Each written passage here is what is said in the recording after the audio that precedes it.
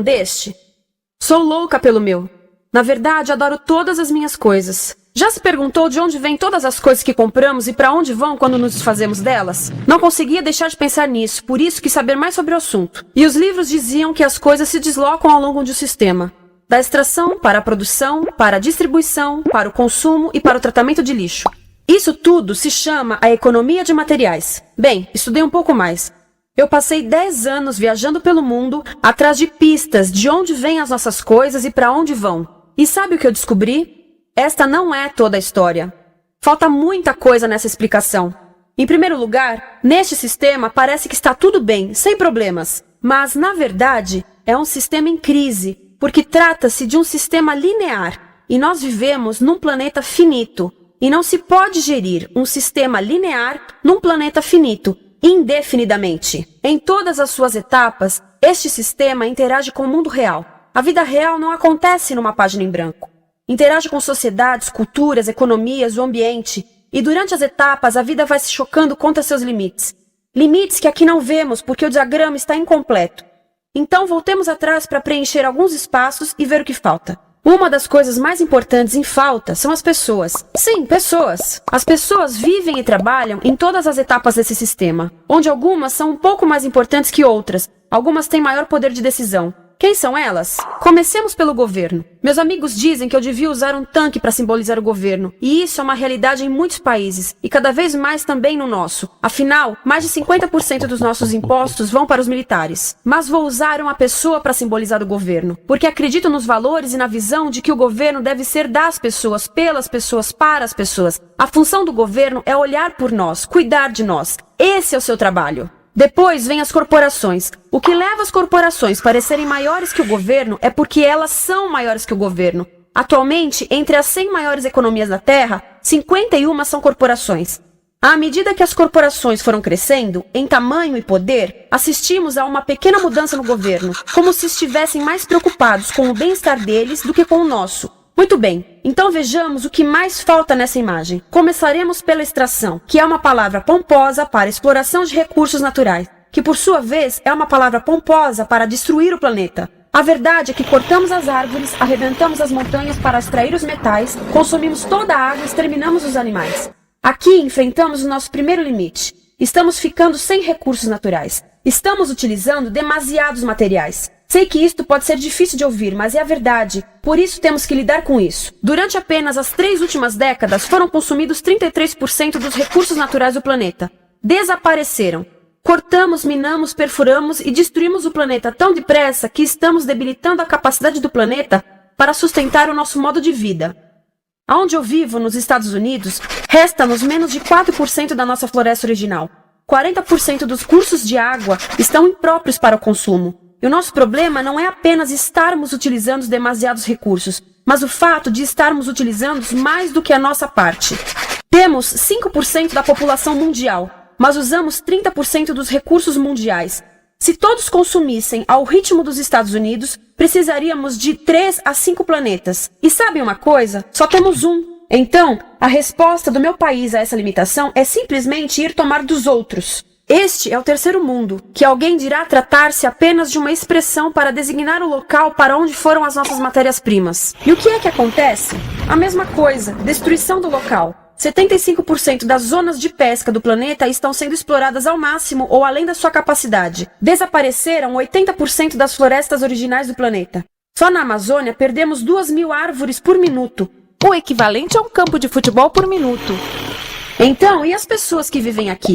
Bem, de acordo com esses sujeitos, eles não são donos desses recursos, mesmo que vivam lá há gerações. Não são donos dos meios de produção, nem compram muitas coisas. Nesse sistema, quem não possui nem compra muitas coisas não tem valor.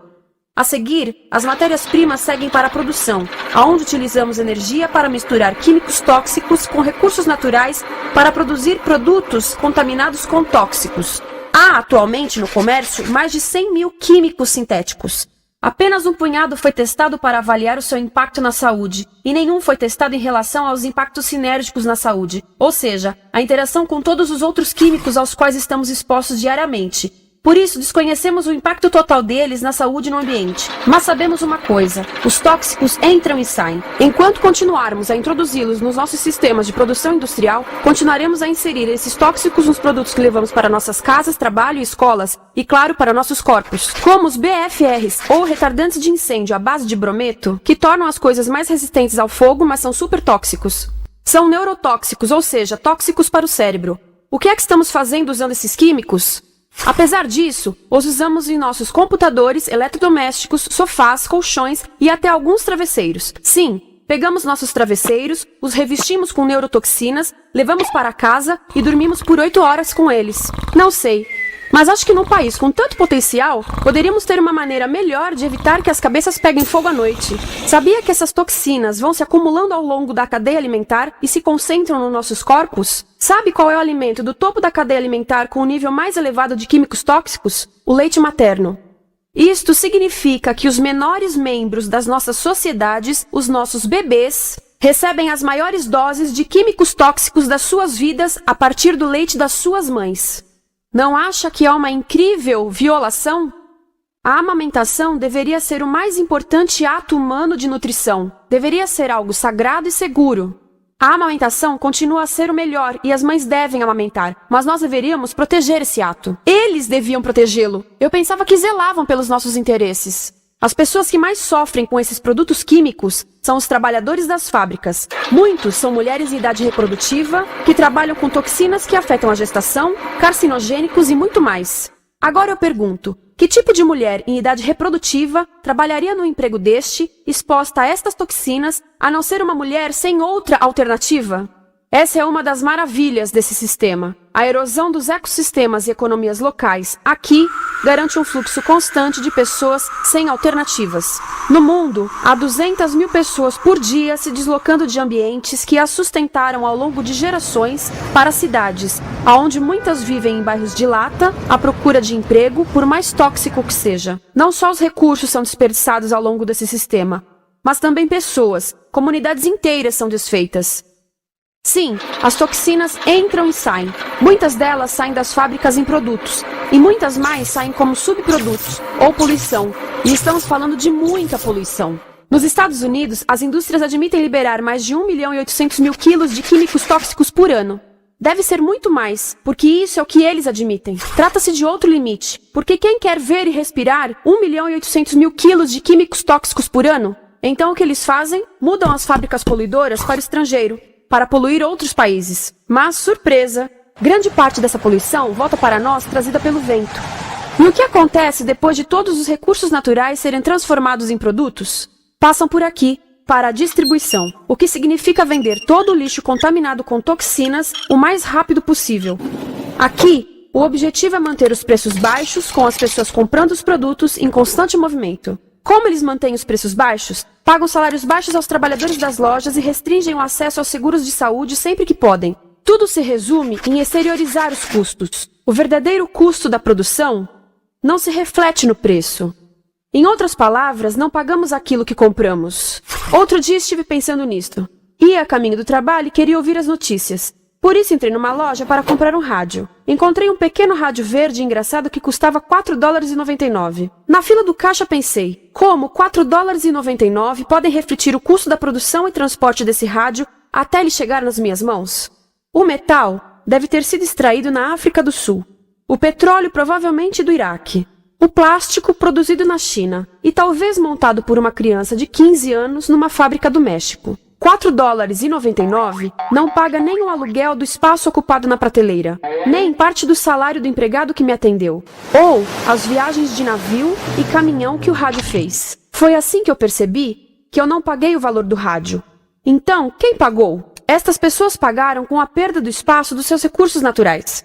Estas pagaram com a perda do ar puro, com o aumento de doenças como asma e câncer. As crianças do Congo pagaram com o seu futuro, pois 30% delas abandonam a escola para trabalhar nas minas de coltan, um metal que usamos em aparelhos eletrônicos baratos e descartáveis. Estas pessoas pagaram por não ter direito ao seguro de saúde. Ao longo desse sistema, pessoas contribuíram para que eu comprasse o rádio por $4,99, mas essas contribuições não são registradas por nenhum contabilista. É isto que eu quero dizer com exteriorizar o verdadeiro custo de produção. E isso nos leva à seta dourada do consumo. O coração do sistema, o motor que impulsiona. É tão importante proteger esta seta que se tornou prioridade daqueles dois sujeitos. É por isso que após o 11 de setembro, quando nosso país estava em choque, o presidente Bush poderia ter sugerido fazer luto, rezar, ter esperança, mas não, ele disse para fazermos compras. Compras! Nos tornamos uma nação de consumidores. Nossa principal identidade passou a ser de consumidores. Não mães, professores, agricultores, mas consumidores. Nosso valor é medido e demonstrado pelo quanto contribuímos para esta seta. Quanto consumimos. Não é isso que fazemos? Compramos, compramos, compramos. Manter os produtos circulando. E como circulam? Sabe qual a porcentagem dos produtos que circulam através desse sistema que ainda são usados 6 meses depois da venda na América do Norte? 50%? 20%? Não, 1%. 1. Em outras palavras, 99% das coisas que nós cultivamos, processamos, transformamos, 99% das coisas que percorrem o sistema são lixo em menos de 6 meses. Como é que podemos gerir um planeta com esse nível de rendimento? Mas não foi sempre assim. Hoje, o consumidor médio americano consome o dobro que há 50 anos. Pergunte à sua avó. No tempo dela, a boa gestão, a engenhosidade e a poupança eram valorizados. Então, como é que isso aconteceu? Bem, não aconteceu simplesmente. Foi planejado. Pouco depois da Segunda Guerra Mundial, estes sujeitos estudavam a forma de impulsionar a economia. O analista de vendas Victor Lebow articulou a solução que se tornaria a norma de todo o sistema. Ele disse: a nossa enorme economia produtiva exige que façamos do consumo a nossa forma de vida, que tornemos a compra e uso de bens em rituais, que procuremos a nossa satisfação espiritual, a satisfação do nosso ego no consumo. Precisamos que as coisas sejam consumidas, destruídas, substituídas e descartadas a um ritmo cada vez maior. O conselheiro econômico do presidente Eisenhower disse: o principal objetivo da economia americana é produzir mais bens de consumo. Mais bens de consumo? O nosso principal objetivo? Não é providenciar cuidados médicos, ou educação, ou transportes seguros, ou sustentabilidade, ou justiça? Bens de consumo? Como é que eles nos fizeram adotar esse sistema de forma tão entusiástica? Bem, 2 das suas estratégias mais bem-sucedidas são a obsolescência planejada e a obsolescência perceptiva. A obsolescência planejada é uma outra forma de dizer criado para ir para o lixo. Eles fazem as coisas de modo que sejam inúteis tão rápido quanto possível para jogarmos fora e voltarmos a comprar. Isso é óbvio em sacolas ou copos de plástico, mas verifica-se isso em coisas maiores como esfregões, DVDs, máquinas fotográficas, churrasqueiras, quase tudo. Até computadores. Já reparou que quando compra um computador, a tecnologia muda tão rápido que em poucos anos se torna quase um impedimento para a comunicação?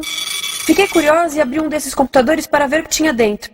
E descobri que a peça que se muda a cada ano é apenas uma pecinha no canto. Mas não se pode mudar apenas essa peça, porque cada nova versão tem um formato diferente. Tem que jogar tudo fora e comprar um novo. Estive lendo sobre o design industrial da década de 50, quando a obsolescência planejada começou a aparecer. Esses designers eram muito claros sobre o assunto. Chegavam a debater quão rápido conseguiam que um aparelho avariasse, mas de modo que o consumidor mantivesse fé suficiente para ir comprar outro. Foi tão intencional, mas as coisas não avariam suficientemente rápido para manter essa seta funcionando.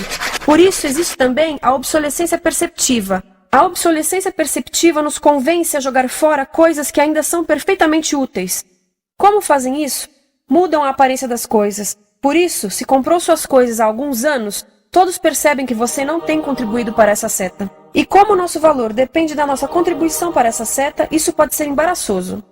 Por exemplo, se eu tiver o mesmo monitor de computador gordo e branco na minha mesa por 5 anos e a minha colega tiver comprado um computador novo, ela vai ter um monitor plano, brilhante que combina com o computador, com o celular e até com as canetas. Ela parece estar operando uma nave espacial e eu pareço que tenho uma máquina de lavar na mesa.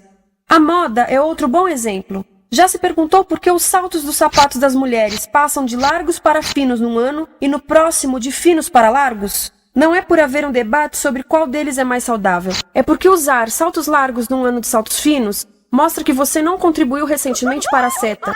Por isso não vale tanto quanto a pessoa com saltos finos ao seu lado, ou em um anúncio. É para comprarmos sapatos novos. A publicidade e a mídia em geral têm um papel importante nisto. Cada um de nós nos Estados Unidos é bombardeado com mais de 3.000 anúncios por dia. Vemos mais publicidade num ano do que as pessoas há 50 anos viam em toda a vida. Qual é o objetivo de um anúncio, se não nos fazer infelizes com o que temos? Por isso, nos dizem 3.000 vezes por dia que nosso cabelo está errado, nossa pele, nossa roupa, nossos móveis, nossos carros, nós estamos errados. Mas tudo se resolve se formos às compras. A mídia também ajuda a esconder tudo isto e isto. Por isso, a única parte da economia que vemos são as compras. A extração, produção e envio para o lixo acontecem fora do nosso campo de visão. Por isso, nos Estados Unidos, temos mais coisas do que tivemos antes, mas pesquisas mostram nossa felicidade declinando. Nossa felicidade teve seu pico na década de 50, a mesma época em que a febre consumista explodiu. Coincidência interessante. Acho que sei o porquê. Temos mais coisas, porém menos tempo para o que realmente nos faz felizes. Amigos, família, tempo livre. Estamos trabalhando mais do que nunca. Analistas dizem que não temos tão pouco tempo livre desde a sociedade feudal. E sabem quais são as duas atividades que mais fazemos no pouco tempo livre que temos? Ver televisão e fazer compras. Nós, americanos, passamos 3 a 4 vezes mais tempo comprando do que os europeus. Assim, nessa situação ridícula, vamos trabalhar talvez em 2 empregos, e quando chegamos em casa exaustos e sentamos no sofá novo para ver televisão, os anúncios dizem que não prestamos, então vamos às compras para nos sentirmos melhor. Depois trabalhamos mais para pagar o que compramos e chegamos em casa mais cansados, vemos mais televisão que nos diz para fazermos compras outra vez. E estamos nesse ciclo de trabalhar, ver, comprar, e podíamos simplesmente parar. Então, no final, o que acontece a todas essas coisas que compramos? Nesse ritmo de consumo, não cabe tudo em casa, apesar do tamanho médio das casas ter duplicado nesse país desde os anos 70. Vai tudo pro lixo, e isso nos leva ao tratamento do lixo. Essa é a parte da economia de materiais que conhecemos melhor, porque nós temos de levar o lixo até a esquina. Cada americano produz 2 quilos de lixo por dia, o dobro do que fazíamos há 30 anos. Todo esse lixo ou é despejado num aterro, que é um grande buraco no chão, ou ainda pior, primeiro é incinerado e depois despejado no aterro. As duas formas poluem o ar, o solo, a água, sem esquecer que alteram o clima. A incineração é realmente ruim. Lembra daqueles tóxicos da fase da produção? Bem, queimar o lixo libera esses tóxicos no ar. Pior ainda, produz supertóxicos novos, como a dioxina. A dioxina é a substância mais tóxica feita pelo homem, e os incineradores são a principal fonte de dioxina. Isso significa que podemos parar a principal fonte da mais tóxica substância conhecida e feita pelo homem, simplesmente parando de queimar o lixo. E podemos parar hoje. Algumas empresas não querem criar aterros e incineradores aqui. Por isso, também exportam os resíduos. Então, e a reciclagem? A reciclagem ajuda? Sim, a reciclagem ajuda. Ela reduz o lixo nessa extremidade e depois reduz a pressão para minerar e colher mais nessa extremidade. Sim, todos devemos reciclar, mas reciclar não é o suficiente. Reciclar nunca será suficiente, por 2 razões. Primeiro, o lixo que vem das nossas casas é apenas a ponta do iceberg. Para cada saco de lixo que deixamos na esquina, 70 sacos de lixo são criados anteriormente, só para fazer o lixo desse saco que deixamos na esquina. Assim, mesmo que pudéssemos reciclar 100% do lixo das nossas casas, não se chegaria ao coração do problema. Além disso, grande parte do lixo não pode ser reciclado, ou porque contém demasiados tóxicos, ou porque é criado de início para não ser reciclável. Como aquelas caixas de suco, que têm as camadas de metal, papel e plástico, todas coladas. Não dá para separar essas camadas para reciclá-las. Como se vê, é um sistema em crise. Por todo o percurso, estamos batendo em limites, do clima em mudança ao decréscimo da felicidade. Simplesmente não está funcionando. Mas a parte boa de um problema tão generalizado é haver tantos pontos de intervenção. Há pessoas trabalhando aqui salvando florestas, e aqui na produção limpa. Pessoas trabalhando em direitos do trabalho, em comércio justo, em consumo consciente, no bloqueio de aterros e incineradores. E muito importante, em recuperar o nosso governo, para que seja realmente pelas pessoas e para as pessoas. Todo esse trabalho é criticamente importante, mas as coisas vão realmente começar a se mover quando enxergarmos as ligações, quando enxergarmos o panorama geral. Quando as pessoas ao longo do sistema se unirem, poderemos reivindicar e transformar esse sistema linear em algo novo, um sistema que não desperdice recursos ou pessoas, porque aquilo de que precisamos nos livrar é da antiga mentalidade de usar e jogar fora. Há uma nova escola de pensamento nesse assunto, e é baseada em sustentabilidade e equidade, química verde, zero resíduos, produção em ciclo fechado, energia renovável, economias locais vivas, já está acontecendo. Há quem diga que é irrealista, idealista, que não pode acontecer. Mas eu digo que quem é irrealista são os que querem continuar pelo velho caminho. Isso é que é sonhar. Lembre-se que a velha forma não aconteceu por acaso. Não é como a gravidade que temos que conviver. As pessoas a criaram, e nós também somos pessoas. Por isso vamos criar algo novo.